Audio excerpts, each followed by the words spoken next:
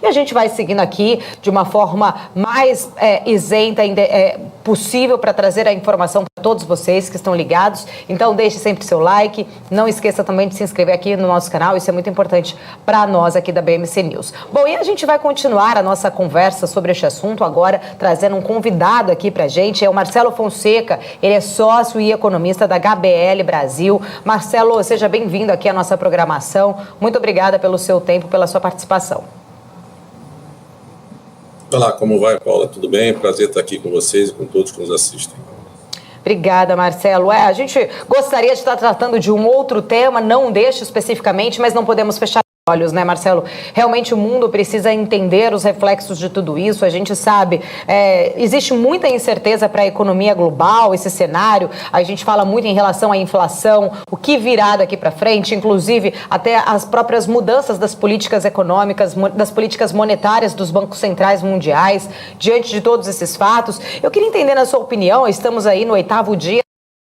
Hoje os representantes dos dois países devem se encontrar aí para tentar fazer uma segunda rodada de negociações. Eu queria entender um pouco sua visão. Como que você acha que uma extensão desses conflitos poderia prejudicar ainda mais as economias e os mercados?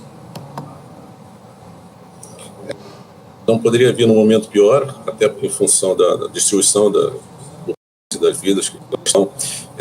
No momento que a gente tenta sair de uma pandemia, mas enfrentando a inflação, e não é mais um fenômeno que a gente está acostumado aqui no Brasil, mas um fenômeno global, que vai ter, com algum grau de certeza, um impacto muito no preço de alguns produtos agrícolas e da energia também, da participação, sobretudo, da Rússia nesse mercado de óleo e gás.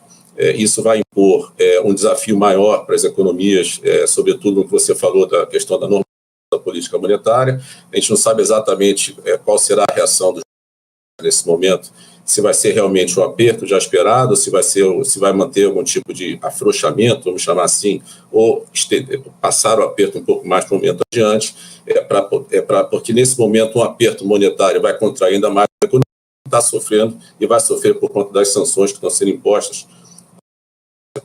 No caso aqui do Brasil, o momento é muito delicado também, a inflação está muito alta, o Banco Central está com a taxa de juros muito elevada, já sinalizou que continuará elevando a taxa, e fica também a dúvida qual será a decisão do Banco Central em função de uma eventual escalada maior da guerra, não é? O Banco Central vai continuar visando uma convergência para a meta em 2023, ele vai alongar essa visão para o horizonte dele relevante um pouco mais à frente.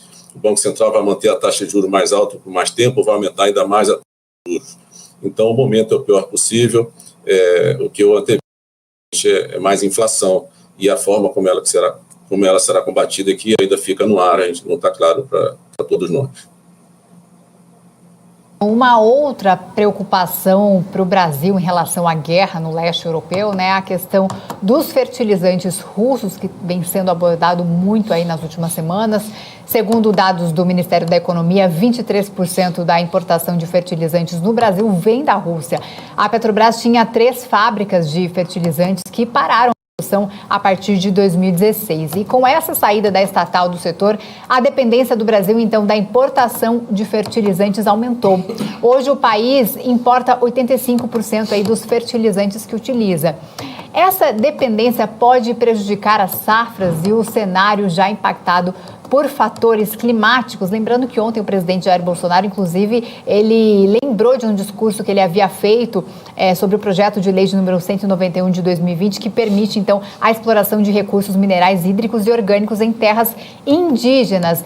Você acha que, então, é interessante o Brasil já buscar formas de solucionar essa dependência? Por que o Brasil não fez isso até agora? Qual que seria a dificuldade?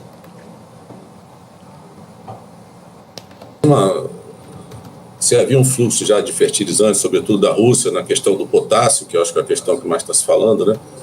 Porque quando surge esse tipo de situação, a gente acaba ficando um pouco especialista em cada assunto, mas eu acho que havia um fluxo normal de um determinado parceiro, estava funcionando e não havia também nenhum de planejamento sobre algum possível risco geopolítico do parceiro na região, porque isso tudo a gente fala sempre depois.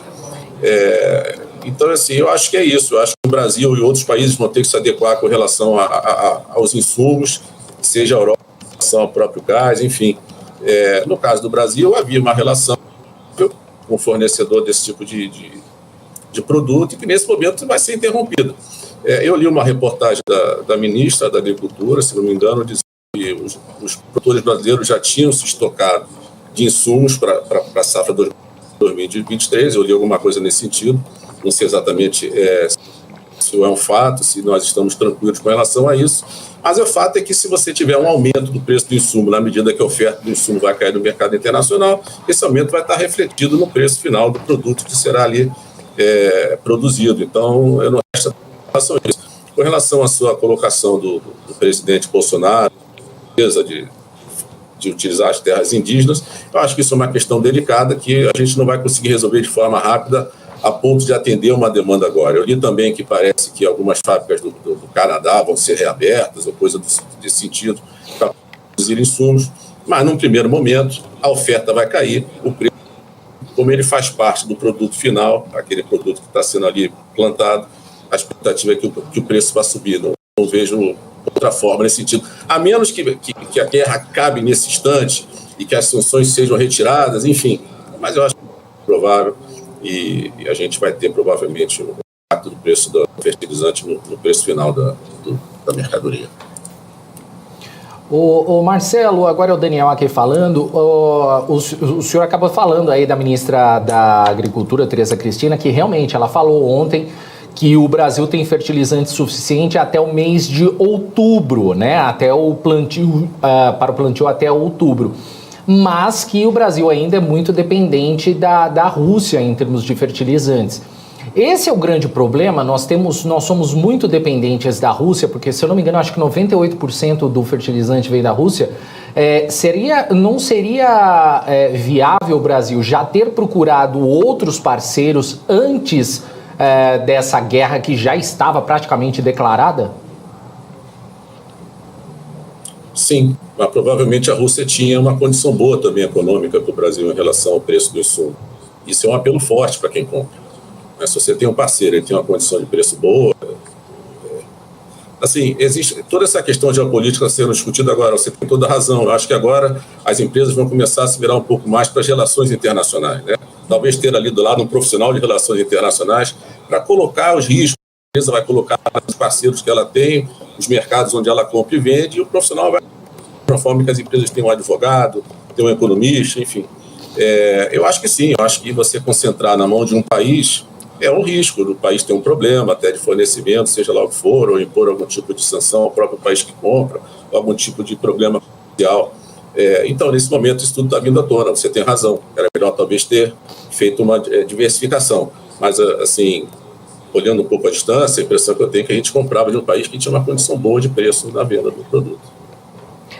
Marcelo, voltando um pouquinho mais naquele assunto que a gente estava falando um pouco anteriormente, né, em relação a toda a pressão inflacionária, inclusive você colocou um ponto muito importante que a gente já tem falado aqui, né, o mundo todo estava aí saindo, né, de um período muito longo de uma pandemia, onde a gente já estava com inflação alta em vários pontos. No Brasil, aqui a gente já está na casa dos 2 dígitos, mas a gente vê que nos Estados Unidos tem sido a maior inflação dos últimos 40 anos, em toda a Europa, inclusive até o próprio Japão, que não tinha, né, praticamente inflação havia registrado, e a gente estava vendo realmente já uma mudança nessas políticas monetárias com aumento de juros para tentar conter a inflação da pandemia. Vem um conflito como esse trazendo mais pressão inflacionária, a gente está vendo o petróleo aí disparado na casa aí acima dos $120 já ali o barril, né? Então, independente, né, pegando todo esse cenário, né, dessa pressão inflacionária, você acha que isso pode acabar fazendo até que o nosso Banco Central mude a sua política monetária, tenha um aperto ainda maior na taxa Selic? Como que vocês estão visualizando aí esses próximos passos para a nossa política monetária aqui do Brasil? O desafio é grande, porque se por um lado a gente fala, não, vamos então trazer a inflação para a meta a qualquer custo, vamos aumentar a Selic, seja o que for, para trazer a qualquer custo. Isso vai ter um custo muito grande em termos de produto, não vale a pena. E eu acho que isso já está pesando um pouco na cabeça da autoridade monetária.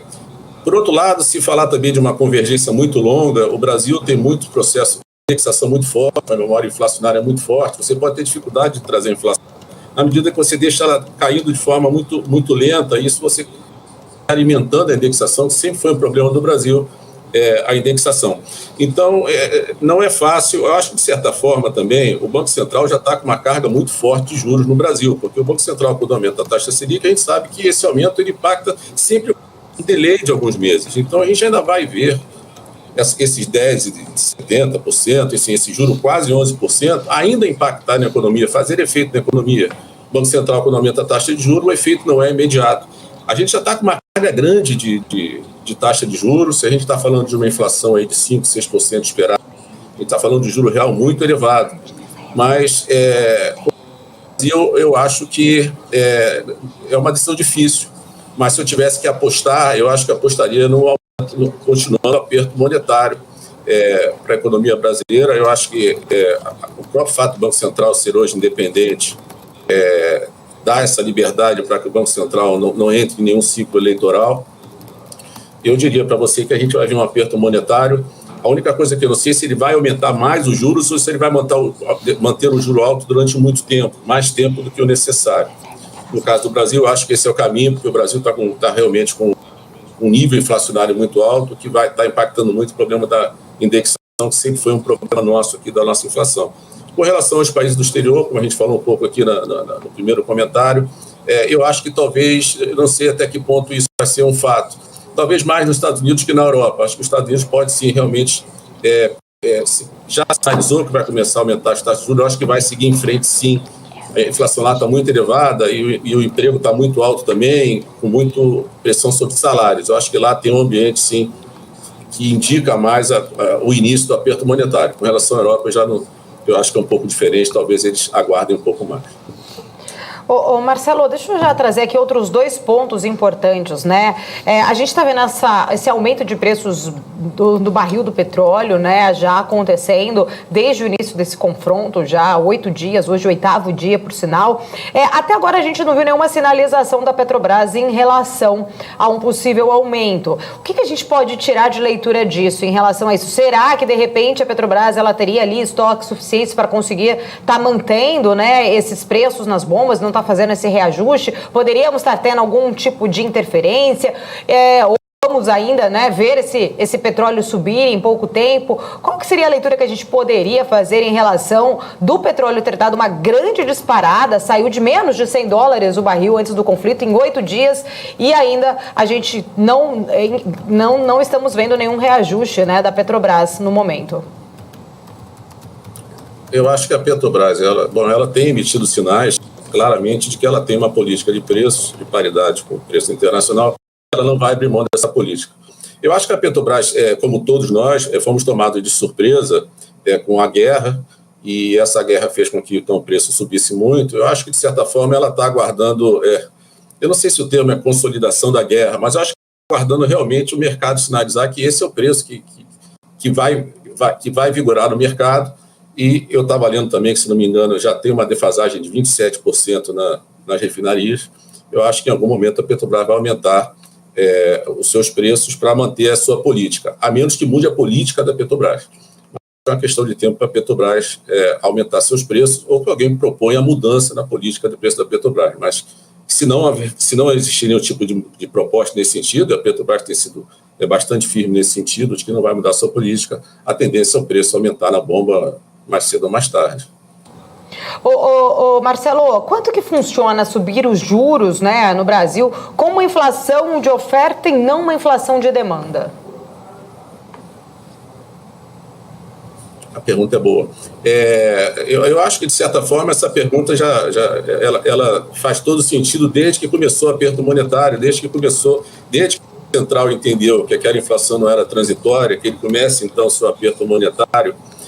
Ali já se colocava essa questão, né? Se a inflação é um fenômeno de oferta em função das cadeias de suprimentos globais, etc., do que adianta o aumento da Selic? O aumento da Selic adianta porque existem preços que aumentam por causa de outros preços, sobretudo no setor de serviços. Eu acho que o aumento da Selic vai funcionar para conter exatamente esses setores que acabam tendo aumento em função de uma inflação que é de oferta, né? Então, o setor de serviços, por exemplo, que poderia começar a ter um reajuste maior de preços em função dessa inflação de oferta, esse sim vai ser impactado pela. Então, de certa forma, a Selic ela é um remédio amargo nesse sentido, porque ela está com efeito secundário da inflação de oferta, né? Então, a gente tem a inflação que é de oferta, você tem razão, mas, de certa forma, também, não foi só a oferta, a quantidade de dinheiro que foi colocado no mercado por conta de auxílio emergencial, e aqui ninguém está questionando o auxílio, mas o fato é que essa quantidade de recursos que entra no mercado, ela tem impacto sobre preços também, né? Isso é clássico, né? A mesma coisa aconteceu nos Estados Unidos, né? A quantidade de dinheiro que o governo distribuiu, a quantidade de dinheiro que o governo brasileiro distribuiu também por conta do auxílio emergencial, esse aumento da oferta monetária, ele acaba impactando o preço também. Então, a gente tem essa inflação de demanda por conta dessa quantidade de dinheiro que entrou no mercado, e a gente tem também todo o problema de oferta, juntou um com o outro, é isso que nós estamos vendo. Mas voltando então, só para responder a sua pergunta, reafirmando, a Selic vem exatamente para os efeitos secundários da inflação de oferta. Marcelo, agora um outro ponto, né? Recentemente, a gente tem discutido muito todos os possíveis impactos de tudo isso, né? Não só para nós, Brasil, como o mundo todo. A gente tem falado muito também do dólar, em relação que a moeda tem desvalorizado em relação a outras moedas, porém aqui no Brasil já é uma tendência, né? Sempre em crises o dólar ter uma valorização, na verdade o real ter uma desvalorização frente ao dólar. A gente ouviu alguns especialistas, inclusive algumas pessoas falando que poderia ser interessante, de repente, ter vendas de parte da nossa reserva internacional do governo, né, para tentar ter um controle maior, tanto do dólar aqui, do nosso real também, de toda a inflação. Eu queria entender a sua visão em relação a esse ponto, porque a gente sabe que no passado isso já foi feito, já aconteceu e deixou o Brasil mais vulnerável. Mas eu queria entender o seu ponto de vista em relação a isso. Seria uma saída emergencial, de repente, o Brasil aí vender parte das suas reservas internas ou internacionais ou não? Isso realmente é um risco? Realmente você tem razão. No passado não nos deixou bem brigar com o mercado nesse sentido. O sistema brasileiro é de câmbio flutuante com intervenção do Banco Central. Então, é oferta e procura, mas o Banco Central, ocasionalmente, faz algumas intervenções. Ele faz intervenções quando ele tem movimentos muito abruptos na taxa de câmbio que possa trazer algum tipo de incerteza no mercado. Fora isso, não é para fazer intervenção mesmo, né? O dólar aumenta, o dólar diminui e os ajustes são feitos na balança de pagamentos, transações correntes. Eu sou contra essa coisa de vender reservas para... Porque quando você vende muitas reservas, é porque você tem na cabeça uma taxa de câmbio, que você quer brigar por ela, né? Eu tenho essa taxa aqui, eu vou vender para ficar em torno dela. Eu sou contra, eu acho que não funciona, não funcionou no passado. O antigo tripé macroeconômico, uma das bases era o câmbio flutuante, mas a gente sabe que é o câmbio flutuante com intervenção do Banco Central. Da mesma forma que o dólar estava 5,60 e ficou mais ou menos por ali, caiu quase abaixo de 5 também, o Banco Central ficou também, ele poderia ter questionado, né? Está muito baixo, está muito alto, o que é bom? É bom para quem? Para o exportador? Para o importador? Eu acho que só deve ter intervenção realmente quando tiver movimentos abruptos, algum ataque especulativo, coisa do gênero. Fora isso, é oferta e procura, porque esse é o modelo mesmo. Agora, Marcelo, em relação à política monetária americana, como a guerra pode afetar as decisões dos juros por lá e, consequentemente, impactar todas as economias? Se a guerra diminuir o crescimento econômico de uma forma geral, ela pode acabar freando a inflação, na sua opinião? Ela pode frear a inflação, sim, a atividade econômica quando cai, mas você tem também a estagflação, que é uma situação horrível também, que a gente pode estar chegando também, o Brasil pode estar numa situação dessa, né? Estagflação. Eu acho que o Banco Central americano, eu acho que o Banco Central americano vai sim começar a aumentar a taxa de juros. No momento de incerteza, se já existe uma fuga para a qualidade, fuga para títulos americanos, muito mais haverá se aumentar a taxa de juros, porque o retorno vai aumentar. Então, eu acho que a defesa o aumento da taxa de juros americana por conta de sua política monetária, a inflação nos Estados Unidos está muito elevada, né? 7,5%, assim, muito alto para o padrão americano. Para o Brasil já seria alto. Então, eu acho que, de certa forma, essa normalização, esse aumento da taxa de juros, vai fazer com que haja mais fuga de recursos de alguns países, como, por exemplo, o Brasil. O Brasil estava recebendo muito recurso, o dólar estava aí abaixo de 5, por conta exatamente do diferencial da taxa de juros, não é? Quer dizer, existia todo também um discurso de realocação de carteira de Rússia para o Brasil. Tem um diferencial de taxa de juros que também faz com que entre capital. No momento que começa a guerra, já muda esse cenário, já tem muito capital voltando para os Estados Unidos.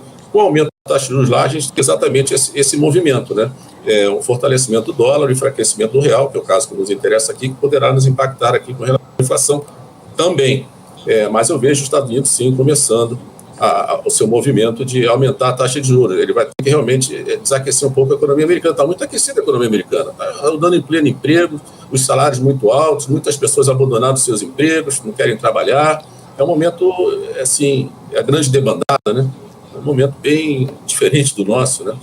Então eu vejo que sim, eu acho que eles vão fazer isso, eles precisam fazer isso e vai ter impacto no caso aqui do Brasil. Ainda nesse ponto, né, que você trouxe aí sobre a questão do Fed, a gente viu que nos últimos dias o Jerome Powell chegou a comentar sobre isso. Ele falou que essa crise na Ucrânia é uma mudança de jogo para as perspectivas econômicas do Fed, mas ele falou que esse conflito não está temporariamente afetando realmente o apetite do Fed em subir, elevar os juros aí para tentar controlar a disparada da inflação no país, né? Havia uma grande expectativa, né, Marcelo, se o Fed ia mudar de repente aí os rumos, né, da sua política, fazer um aperto ou não. Pelo que a gente viu ali na fala do Jerome Powell, parece, né, que o Banco Central americano está tentando lidar com um domínio ainda em relação a esse assunto e vai seguir aí a tendência que já havia programado anteriormente, né? Sim, sem dúvida. Até porque ele também, todos terão impactos inflacionários com relação a essa cadeia de suprimentos global que está sendo interrompida porque a Rússia está sendo totalmente excluída do jogo internacional. Ele também tem esse impacto lá, não é diferente para ele. Ele está com uma inflação muito alta, ele também não esperava essa inflação. Todos apostavam nos Estados Unidos que a inflação seria transitória, não está sendo. E ele vai ter que realmente dar uma resposta a isso. E, como você falou, ele sinaliza que espera, que é favorável ao aumento de 1/4 ponto percentual, 0,25% já na próxima reunião do FONC. Então, assim, eu acho que ele vai fazer isso sim, eu não tenho dúvida não, eu acho que ele vai, a menos que tenha uma escalada muito, eu espero que não, até a próxima reunião, sim, os Estados Unidos vai começar a subir a sua taxa de juros, ele tem que desaquecer sua economia, é a função dele fazer isso. Agora, Marcelo, uma pergunta voltando ao cenário interno aqui, economia brasileira. Semana que vem, o Pacheco prometeu pautar a MP dos combustíveis. Será que a Petrobras está esperando que saia aí dessa MP para decidir se sobe ou não o preço da gasolina? Pode ser. Acho que pode ser. Assim, eu ainda acho que a Petrobras está tentando entender se esse preço do combustível é um preço que vai se manter nesse patamar em função dessa guerra, né? Eu acho que é um pouco mais por aí, mas pode ser, a empresa está vendo tudo que está acontecendo ela está vendo. Mas eu acho que ela vê realmente o preço do mercado internacional enquanto empresa, né? Enquanto decisão da empresa. A Petrobras está lucrando muito com essa situação toda, né? A propósito, já não é de hoje, a empresa que passou por uma série de dificuldades, agora está distribuindo dividendos, enfim. De certa forma, esse momento de recuperação do preço do petróleo, tendo visto os custos dela, está fazendo com que ela ganhe muito dinheiro. Eu acho que, mantendo-se o preço do petróleo alto, ela vai fazer o repasse. Marcelo, eu fiz uma pergunta hoje para o Guga Almeida de manhã. Perguntei para ele justamente se ele acredita que o preço do combustível aqui pode chegar até os R$10. Você acredita nisso também? Eu acredito que assim, 4, 5, 6, 7 e estava indo embora. Eu acho que sim, eu acho que se continuar, a menos que mude a política de preço da Petrobras oficialmente, uma intervenção maior do controlador, que é o Estado, né, na Petrobras, eu acho que ela vai repassar até onde chegar, e assim de novo. E aí, pegando um pouco carona na pergunta da Paula, aí não tem Selic que também dê jeito ali não, porque não tem impacto, não vai ter impacto ali, né? Porque vai repassar os preços, o combustível faz parte de uma série de cadeias de produção. Por isso que eu digo, o remédio amargo da Selic pode ser que tenha que ser muito amargo para trazer a inflação para perto de uma meta de inflação, isso vai ser pesado pelo Banco Central em termos de custo de produto. Mas respondendo, Daniel, a sua pergunta, sim, eu acho que ela vai aumentar o que é necessário, porque também 7 e pouco é muito caro. Ninguém imaginava que fosse chegar nesse valor, já está. 10 pode ser uma barreira psicológica, mas eu não vejo nada, a menos que se mude oficialmente a política de preços, ou que se crie um fundo para se aguardar o momento seguinte. Mas quando se cria um fundo, alguém paga por ele. Né? Toda vez que se cria um fundo para subsidiar algo, alguém está pagando pelo subsídio. Então, sim, tal como está, acredito que não tem limite. Tá certo. Marcelo Fonseca, sócio economista da HBL Brasil, quero agradecer a sua participação aqui na BMC News. Muito obrigada pelos esclarecimentos. Até uma próxima oportunidade. Eu que agradeço a conversa com você. Um abraço a todos. Obrigada. Um abraço. Valeu. Isa, eu sei que você tem informações importantes, não é desse conflito, mas são informações muito